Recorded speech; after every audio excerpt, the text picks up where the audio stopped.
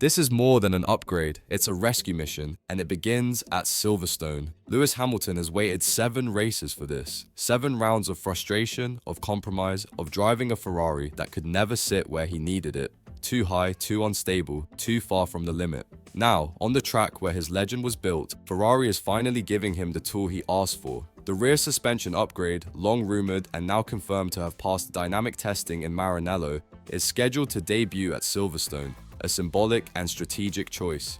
Hamilton's disqualification in China for excessive plank wear was just the symptom. The disease was deeper, a rear end that collapsed under pressure, forcing the car's ride height up and killing performance. Ferrari's solution? A bold revision. Not in architecture, but in attitude. A system designed to allow a more extreme mechanical setup, to bring the SF25 closer to the ground where real pace lives. This isn't just about tense, it's about Hamilton regaining control. On the track where his voice will echo loudest. It's not a redesign, it's a recalibration of ambition. Ferrari isn't changing the architecture. The SF25 will still use the same pull rod layout at the rear, a concept shared only with Haas, but the change coming for Silverstone goes deeper. It's a revision of how aggressive Ferrari can finally be with their setup. Until now, the team was stuck in survival mode, running the car too high to avoid dragging the plank, sacrificing cornering stability and aerodynamic efficiency. But this new suspension tweak, designed to allow a more extreme mechanical setup, could finally unlock what Ferrari engineers call the suppressed performance window. Lewis Hamilton has been vocal about this limitation. We've been running higher than we'd like. Translated, he's been driving with one hand tied behind his back. This upgrade isn't a guarantee of victory, but it's Ferrari's way of saying, we're not done, and we're not giving up 2012. Because abandoning this year would mean more than lost points. It would mean surrendering leadership, both to McLaren and to Hamilton. This isn't just a new component, it's the first fingerprint of a new mind in Maranello. Behind Ferrari's latest suspension breakthrough is a name the casual fan might not recognize, Loic Serra.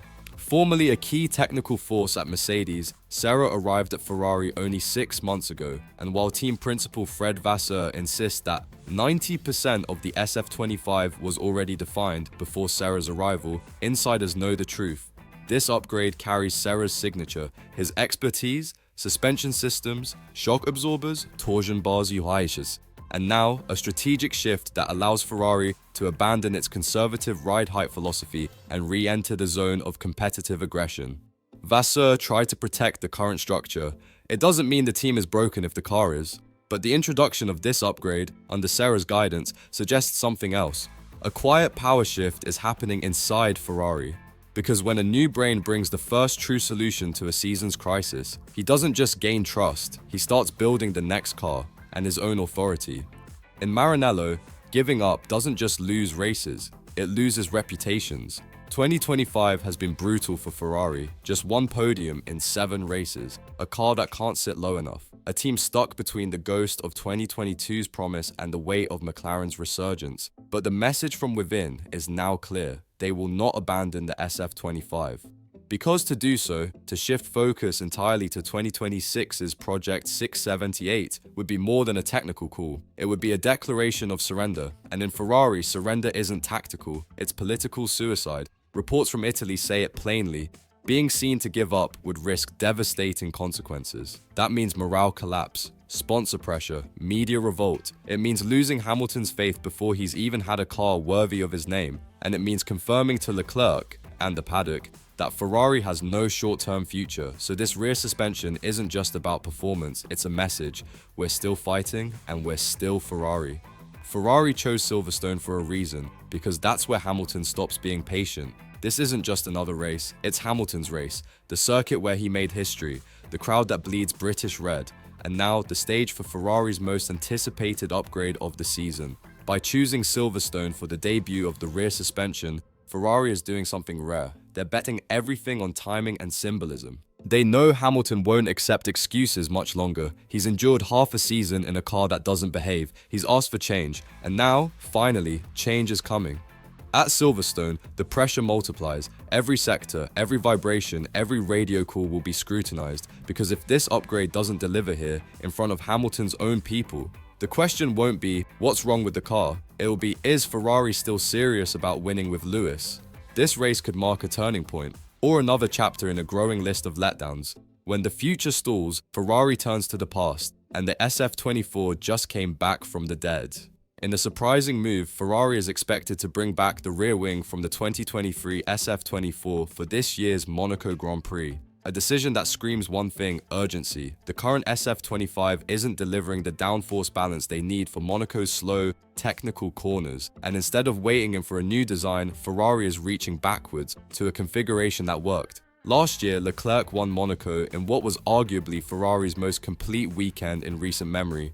That setup, that downforce, that stability, they're now betting that a resurrected piece of 2023 can provide immediate relief. But there's more behind the move. It's also a test of flexibility.